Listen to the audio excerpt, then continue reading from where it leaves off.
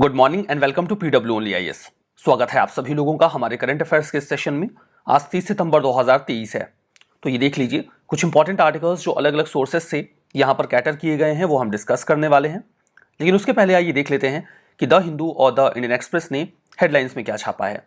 The Hindu जो हमारे सामने है, यहाँ पर हेडलाइंस में simply Kaveri water management authority के ऊपर एक आर्टिकल है। अभी हम लोगों ने इसके पहले भी डिस्कस किया था कि कावेरी नदी के पानी को लेकर कर्नाटका और तमिलनाडु में थोड़ा बहुत विवाद रहता है, और अभी इसके पहले कावेरी वाटर रेगुलेशन कमेटी ने रिकमेंड किया कर्नाटका को कि वो तमिलनाडु के लिए पानी छोड़ दें। इस पर कर्नाटका ने आपत्ति भी जताई थी, लेकिन अभी हाल ही में फिर से न्यूज आ गई है कि कावेरी वाटर मैनेजमेंट अथॉरिटी ने, जिसके एम्बिट में कावेरी वाटर मैनेजमेंट कमेटी काम करती है, इस कमेटी की रिकमेंडेशंस को अपहेल्ड कर दिया है और कर्नाटका को कहा है कि जो भी जजमेंट या डिक्री पास की गई है उसके अकॉर्डिंग पानी को रिलीज कर दिया जाए, क्योंकि तमिलनाडु में पानी की कमी है और कर्नाटका को यह पानी छोड़ना ही होगा। तो इस मामले में ये पूरा आर्टिकल हेडलाइंस में है। यहां पर देखिए दो जो अटैक्स किए गए हैं पाकिस्तान में, जिसमें लगभग 57 लोगों की जान गई है, वो भी हेडलाइंस में है।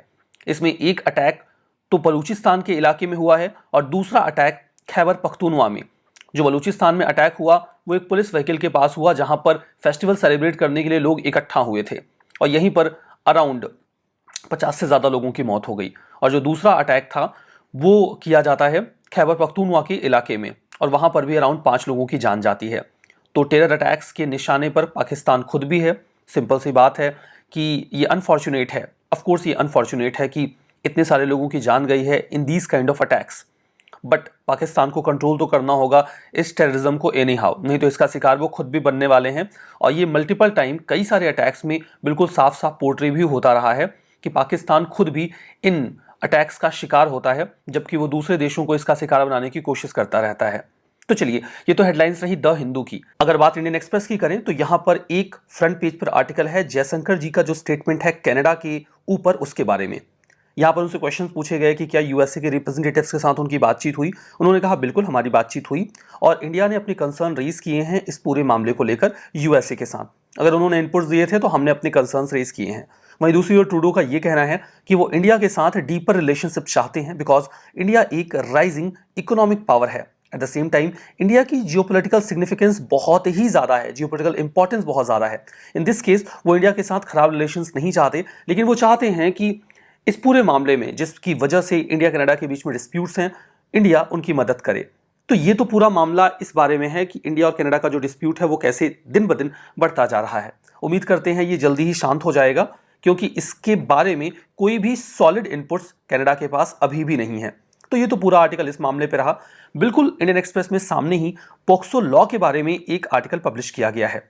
पोक्सो लॉ जो बच्चों को सेक्सुअल हैरेसमेंट और सेक्सुअल असॉल्ट से बचाता है। यहां पर लॉ पैनल को कुछ रिकमेंडेशंस देने के लिए कहा गया था और इन रिकमेंडेशंस में एक बड़ा मामला था कि क्या एज ऑफ कंसेंट को 18 से 16 कर दिया जाना चाहिए। क्योंकि कई बार ऐसा होता है, देखिए अगर 18 साल से कम उम्र का बच्चा है, देखिए मैं आपको एक बात और बता देता हूं, ये कानून जेंडर न्यूट्रल है। मतलब यहां पर अगर कोई सेक्सुअल असॉल्ट का केस किसी बॉय के अगेंस्ट में आता है तो उसे भी उतनी ही सीवियरिटी के साथ ट्रीट किया जाता है जैसे कि किसी बच्ची के साथ अगर कोई भी ऐसा केस आता है। तो यहां पर मामला यह था कि अगर कोई बच्चा 18 साल से कम उम्र का है और वो इस तरीके की एक्टिविटी में इन्वॉल्व है तो फिर उनके लिए पनिशमेंट के प्रोविजंस होते हैं। तो कई बार देखिए क्या होता है ना कि 16 से 18 साल की उम्र के बीच के जो बच्चे होते हैं वो इस तरीके की सेक्सुअल एक्टिविटी में इन्वॉल्व होते हैं। ऐसे केस में क्या उन्हें पनिश किया जाना चाहिए या उन्हें बच्चों की तरह ट्रीट किया जाना चाहिए? इसके लिए क्या करें? क्योंकि कई बार 16 से 18 साल की उम्र के बच्चे इस तरीके की एक्टिविटी में, सेक्सुअल इंटरकोर्स में, सेक्सुअल एक्टिविटी में इन्वॉल्व पाए जाते हैं और कई बार तो वो कंसेंशुअल होता है और उसमें इंटेंट ऑफ क्राइम नहीं होता है। वो क्यूरियोसिटी बस एक्सप्लोर करने की उम्मीद से या फिर इंक्विजिटनेस के साथ इस तरीके की एक्टिविटी में इन्वॉल्व हो जाते हैं। तो क्या इस तरीके की पनिशमेंट उन्हें मिलनी चाहिए? तो 16 से 18 साल की उम्र के बच्चों के लिए लॉ पैनल ने अपनी सजेशंस को अभी दिया। इसमें सरकार का यह कहना था कि क्यों ना हम एज ऑफ कंसेंट एक्ट को ही घटाकर 16 कर दें, ताकि यह मामला ही खत्म हो जाए कि हाँ 18 से 16 साल के बच्चों को पनिश करना है या नहीं करना है। तो यहां पे जो लॉ पैनल है उसने कहा देखो ये करना तो गलत हो जाएगा। एज ऑफ कंसेंट जो एक्ट है ना, हम उसको 18 रहने देते हैं, क्योंकि अगर हमने इसको 18 से 16 किया तो फिर तो क्राइम करने वाले लोगों को भी मौका मिल जाएगा और फिर वो जो मैरिटल रेप्स होते हैं या फिर जो बच्चियों को ज़बरदस्ती इस तरीके की एक्टिविटी में इन्वॉल्व किया जाता है, वो भी 16 साल से अधिक उम्र की बच्चियों को ट्रैप में लेने लग जाएंगे। फिर तो जो पॉक्सो एक्ट का एक रियल इंटेंट है वही फेल कर जाएगा। तो लॉ पैनल ने साफ कहा कि जो एज ऑफ कंसेंट है, उसे एज ऑफ कंसेंट का मतलब यह है कि सेक्सुअल एक्टिविटीज के लिए एज ऑफ कंसेंट हम उसे 18 से 16 नहीं कर सकते। एट द सेम टाइम उन्होंने ये भी बोला कि जो एडोलेसेंट लव है हम उसे भी रोक नहीं पाएंगे। मतलब ये जो 16 साल से अधिक उम्र के बच्चे हैं, ये इस तरीके की एक्टिविटीज में जाएंगे, उनके अंदर बहुत ज्यादा एनर्जी होती है, क्यूरियोसिटी होती है इन चीजों को लेकर, तो आप उसे भी रोक नहीं पाएंगे। उन्होंने कहा कि क्यों ना इसे हम जो स्पेशल कोर्स होते हैं उनके जजेस के डिस्कशन के ऊपर छोड़ दें कि वो 16 से 18 साल के जो बच्चे हैं उनके बीच की ऐसी एक्टिविटी को केस बाय केस देखें और देखें कि क्या उसमें क्रिमिनल इंटेंट था या नहीं था। अगर उसमें क्रिमिनल इंटेंट नहीं था तो उसे सीवियरिटी के साथ ट्रीट ना किया जाए, लेकिन अगर उसमें क्रिमिनल इंटेंट है तो उसे सीवियरिटी के साथ ट्रीट किया जाए, लेकिन ब्लैंकेट तरीके से एज ऑफ कंसेंट को घटा देना इज नॉट एडवाइजेबल। तो ये तो लॉ पैनल का कहना है। पॉक्सो एक्ट के बारे में आपको बता दूं कि ये 2012 में एग्जिस्टेंस में आया और ऐसा करते वक्त हमने UN convention on rights of child in 1992 में जो हमने इसको साइन किया हुआ था उसको अपहेल्ड किया। इसका फंडामेंटल एम तो यही था कि हम जो सेक्सुअल एक्सप्लॉयटेशन के ऑफेंसेस होते हैं उनको रोकें, जो सेक्सुअल अब्यूज है बच्चों का उसे काउंटर किया जाए, जिसे अभी तक ना तो अच्छी तरीके से डिफाइन किया गया था और ना ही पीनल प्रोविजंस थे। लेकिन अब पॉक्सो एक्ट बहुत ही ज्यादा स्ट्रिंजेंट है। इस एक्ट में किसी भी बच्चे को जिसकी उम्र 18 साल से कम है चाइल्ड ट्रीट किया जाता है और बहुत ग्रेव पनिशमेंट के प्रोविजंस हैं जो 20 साल से लेकर लाइफ इंप्रिजनमेंट तक जाते हैं। एक्ट को 2019 में अमेंड किया गया और इसे और सख्त बना दिया गया। वही कुछ मामलों में जो सजा 10 साल थी उसे बढ़ाकर 20 साल और लाइफ इंप्रिजनमेंट तक सामने बढ़ाया गया ताकि डिटर किया जा सके कोई भी ऐसे क्राइम करने वाले लोगों को। इसमें देखिए बहुत तरीके के प्रोविजंस होते हैं, जेंडर न्यूट्रल है, स्पेशल कोर्स प्रोवाइड किए जाते हैं और बच्चों को बहुत ही सही तरीके से इन्वेस्टिगेट करने के प्रोविजंस किए गए हैं। गवर्नमेंट ऑफ इंडिया ने पॉक्सो रूल्स 2020 को भी नोटिफाई किया इसी पर्पज से। तो ये तो पूरा आर्टिकल हमने पॉक्सो के बारे में डिस्कस किया और लॉ पैनल का जो सजेशन था against decreasing the age of consent उसके ऊपर भी चर्चा की। तो ये तो सारी बातें डिस्कशन में आ गई। चलिए ये जो आर्टिकल है इसको देखते हैं। Finally 106th constitutional amendment act existence में आ चुका है और एक बहुत लंबी लड़ाई कंप्लीट हुई।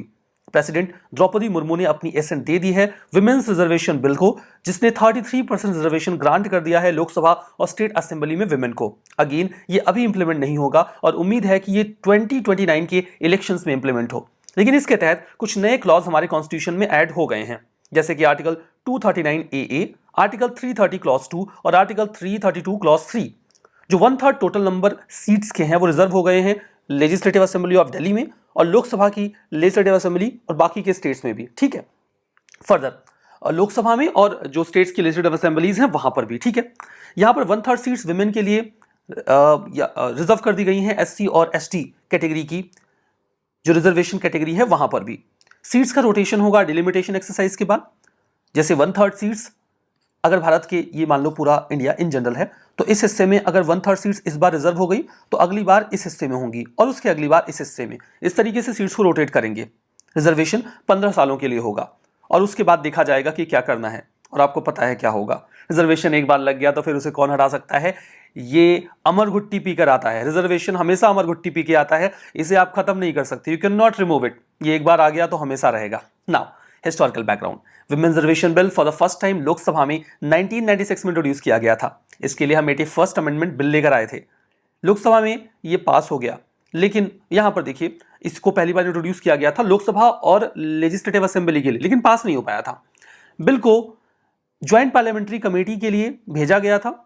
लोकसभा डिसॉल्व हो गई तो मामला ही खत्म हो गया। 1998 में 12th लोकसभा में इसे फिर से इंट्रोड्यूस किया गया, लेकिन बिल लैप्स कर गया। गवर्नमेंट के पास सपोर्ट नहीं था। बिल को वापस से 1999, 2002, 2003 में इंट्रोड्यूस किया गया, लेकिन बात नहीं बनी। 2008 में इस बिल को फिर से राज्यसभा में लाया गया और 2010 में ये पास भी हुआ, लेकिन लोकसभा में ना जा सका और फाइनली ये कभी इंट्रोड्यूस नहीं हुआ लोकसभा में और हाउस डिसॉल्व हो गया। तो कभी ये पास ही नहीं हो पाया डिस्पाइट वेरियस एफर्ट। फाइनली ये बैटल कंप्लीट हुई और इसे अब हमारे राष्ट्रपति ने एसेंट दे दी है। हमारा जो अगला आर्टिकल है वो निपा वायरस के बारे में है। एक मामला है निपा वायरस का। केरला में एक बच्चा जो निपा वायरस से ग्रसित था, वो हॉस्पिटल में बहुत ही सीवियर कंडीशन में एडमिट था और जब केरला के हेल्थ मिनिस्टर के साथ उन मां की बात हुई तो उन्होंने बहुत ही इमोशनल होकर कहा कि क्या आप मेरे बच्चे को जिंदा लौटा दोगे ना मुझे, क्या आप इतना नहीं कर सकते? और उन्होंने आश्वासन दिया कि आपका बच्चा ठीक हो जाएगा। और फाइनली अगले दिन उस बच्चे की रिकवरी शुरू हो गई और वो बच्चा ठीक भी हो गया। ये तो निपा वायरस का एक केस है, लेकिन निपा वायरस अभी भी एक चैलेंज बना हुआ है। हेल्थ मिनिस्टर वीना जॉर्ज ने फ्राइडे को यह कहा कि टाइमली एडमिनिस्ट्रेशन एंटीवायरल ड्रग्स का हेल्थ प्रोटोकॉल्स के साथ अगर फॉलो किया जाए तो हम निपा पेशेंट्स में, जो कोझिकोड डिस्ट्रिक्ट में काफी फैला हुआ है, मोर्टेलिटी रेट को कम कर सकते हैं। और एफर्ट्स किए जा रहे हैं कि हम इसे कंट्रोल कर पाए। निपा वायरस क्या है? एक जेनेटिक वायरस है, जानवरों से इंसानों में आता है। ये आरएनए वायरस है या राइबोन्यूक्लिक एसिड वायरस है, जो कि फैमिली पैरामैक्सोविरिडी से बिलोंग करता है और जीनस हेनिपा वायरस है या हेनिपा वायरस एग्जैक्टली, जो कि हेंड्रा वायरस की फैमिली से बिलोंग करता है। मतलब घर आना जाना होगा इन लोगों का, इसलिए फैमिली बोल रहे हैं। हेंड्रा वायरस या एचईवी जो इन्फेक्शन है वो भी जेनेटिक है, जानवरों से इंसानों में आ जाता है। जो ह्यूमन इन्फेक्शन है इसमें fever, headache, drowsiness, disorientation, mental confusion, coma और कई बार डेथ ये देखी जाती है। फर्दर निपा की बात करते हैं तो ये पहली बार मलेशिया और सिंगापुर में 1998 और 99 में देखा गया। इसका नाम मलेशिया के एक गांव के नाम पे रखा गया, दैट इज सुंगई निपा, जहां पे ये पहली बार डिटेक्ट किया गया था। और अभी दुनिया को कोविड-19 को वुहान वायरस कहने में दिक्कत होती है, जबकि ऐसी कई बार बीमारियां हैं जिन्हें जहां पर वो ओरिजिनेट हुई उनके नाम पर नाम दिया गया है। लेकिन चाइना के साथ ऐसा कौन कर सकता है भला? वो तो हेकड़ी दिखाई लेगा। और कई सारे लोग इसके भी ऑब्जेक्शन में आ जाते हैं कि नहीं, किसी देश के ऊपर आप कैसे नाम रख रहे हो, किसी सिटी के ऊपर कैसे नाम रख रहे हो। पहले भी रखा जा चुका है, ठीक है। पहली बार डोमेस्टिक पिग्स में देखा गया, उसके बाद ये डोमेस्टिक एनिमल्स जैसे कि डॉग्स, कैट्स, गोट्स, हॉर्स और शीप में भी देखा गया। ये जो फ्रूट बैट्स होते हैं या फ्लाइंग फॉक्सेस, उनसे फैलता है, जो निपा वायरस को या हेंड्रा वायरस को अपने अंदर समेट लेते हैं या उसके होस्ट की तरह काम करते हैं। ये वायरस बैट के यूरिन में और कई बार उनके फैसिया, सलाइवा या बर्थिंग फ्लूइड्स में मिल जाता है। वर्तमान में बात करें तो निपा वायरस की कोई वैक्सीन अवेलेबल नहीं है, ना तो इंसानों के लिए और ना ही जानवरों के लिए। तो सिर्फ एक तरीका है कि आप बस एक्स्ट्रा केयर के जरिए, सपोर्टिव केयर के जरिए इसको ट्रीट करें। That's the only choice. हमारा अगला आर्टिकल इंडेक्स ऑफ कोर जो इंडस्ट्रीज हैं उनके बारे में है। 8 कोर इंडस्ट्रीज हैं और उनका जो आउटपुट है वो 14 महीनों में हाई रहा है, 12.1%, जो कि बहुत अच्छी बात है। ये जो 8 कोर इंडस्ट्रीज हैं, देखो कोर इंडस्ट्रीज कौन सी होती हैं? कोर इंडस्ट्री वो इंडस्ट्री होती हैं जो दूसरी इंडस्ट्रीज को सपोर्ट करती हैं। उनके बिना आपकी बाकी की इंडस्ट्रीज रन नहीं करेंगी। जैसे सिंपल सी बात है, स्टील, अगर स्टील ही ना बने तो बाकी के कितने प्रोडक्ट्स बन ही नहीं पाएंगे। तो स्टील है वो कोर इंडस्ट्री है। कोल के बिना तो आपकी एनर्जी नीड्स ही पूरी नहीं होंगी, तो कोर इंडस्ट्री है। इलेक्ट्रिसिटी, उसके बिना तो आपका पूरा प्रोडक्शन ही बंद हो जाएगा। तो कोर इंडस्ट्री वो इंडस्ट्रीज होती हैं जिनके बिना दूसरी इंडस्ट्रीज वर्क नहीं कर पाती। यहां पे 8 कोर इंडस्ट्रीज हैं: petroleum and refinery product, electricity generation, steel production, coal production, crude oil production, natural gas का प्रोडक्शन, सीमेंट प्रोडक्शन और फर्टिलाइजर। ये प्रोडक्शन जो 8 कोर इंडस्ट्रीज का है वो ग्रोथ अवेल कर रहा है और अभी तक ये काफी टॉप पे पहुंच गया है। पिछले 14 महीनों में 40.27% वेट ये रखता है इंडेक्स ऑफ इंडस्ट्रियल प्रोडक्शन में, IIP में। और इसका जो वेट है, चूंकि 8 इंडस्ट्रीज का इक्वल वेट तो नहीं हो सकता, तो सबसे ज्यादा वेट जो है इसमें, ये जो 40% है, उसमें रिफाइनरी प्रोडक्ट का है, फिर इलेक्ट्रिसिटी का, फिर स्टील का, then coal, then crude oil, then natural gas, then cement, then fertiliser. और यूपीएससी इस सीक्वेंस के ऊपर क्वेश्चन पूछ चुकी है, तो आपको जानते रहना चाहिए। नाउ जो इंडेक्स है, इंडेक्स ऑफ इंडस्ट्रियल प्रोडक्शन, ये देखता है कि प्रोडक्शन जो इंडस्ट्रियल प्रोडक्ट का है वो घट रहा है कि बढ़ रहा है। और ये सीधा सीधा डिपेंडेंट होता है कोर इंडस्ट्रीज के ऊपर, क्योंकि कोर इंडस्ट्रीज का प्रोडक्शन अगर बढ़ रहा है तो बाकी इकोनॉमिक एक्टिविटीज भी बढ़ जाती हैं। इसे कंपाइल और पब्लिश किया जाता है नेशनल स्टैटिस्टिकल ऑफिस के द्वारा, जो कि मिनिस्ट्री ऑफ स्टैटिस्टिक्स, कई बार तो शब्द ही नहीं निकल पाते हैं, ठीक है, ministry of statistics and programme implementation के तहत काम करता है। बेस ईयर क्या है? 2011-12। चलो, जो हमारा अगला आर्टिकल है वो एस्टेरॉइड साइक के बारे में है। स्पेसएक्स ने प्लान किया था कि वो नासा के साथ मिलकर अक्टूबर 5 को एस्टेरॉइड साइक के लिए जो अपना मिशन है वो लॉन्च करेंगे, लेकिन नासा ने इसको पोस्टपोन कर दिया है 1 हफ्ते के लिए। नासा का साइक मिशन क्या है?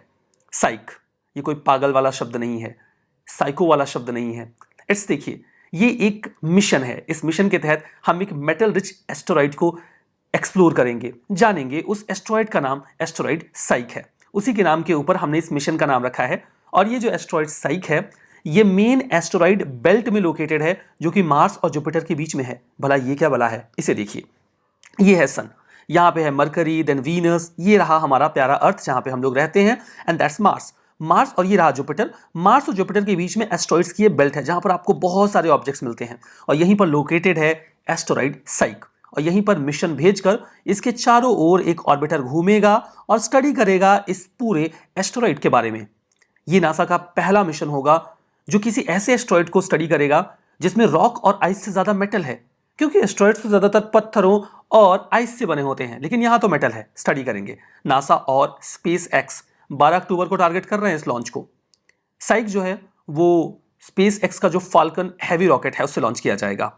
अगर सब कुछ प्लान के मुताबिक चलता रहा तो जुलाई 2029 तक ये जो एस्टेरॉइड साइक है ये स्पेसक्राफ्ट को अपनी ग्रेविटी में खींच लेगा, और उसके बाद ये 2031 तक उसके चारों ओर चक्कर लगाएगा, उसके बारे में डेटा कलेक्ट करेगा, उसका कॉम्पोजिशन और सरफेस स्टडी करेगा। एस्टेरॉइड्स के बारे में और बात करते हैं तो देखो, दोनों जो मिशंस हैं, यहां पर जो एस्टेरॉइड है वो साइक के नाम पर मिशन का नाम रखा गया है, और इस पूरे मिशन को 2017 में नासा ने चूज किया था अपने डिस्कवरी प्रोग्राम के तहत। एस्टेरॉइड्स कई सारे खोजे जा चुके हैं, लेकिन साइक 16वां एस्टेरॉइड था जिसको 1852 में खोजा गया था। मार्स और जुपिटर के बीच में है ये, और धरती से बहुत ही नजदीक है। कितना? 370 मिलियन किलोमीटर। नजदीक नहीं है, ये बहुत दूर है। ठीक है, ये एक पोटैटो की तरह है। पोटैटो के शेप में ये पूरा एस्टेरॉइड आपको देखने को मिलेगा। मतलब आप इसके फ्रेंच फ्राइज बना सकते हो। नहीं, फ्रेंच फ्राइज तो नहीं बना सकते क्योंकि मेटल से बना हुआ है ना।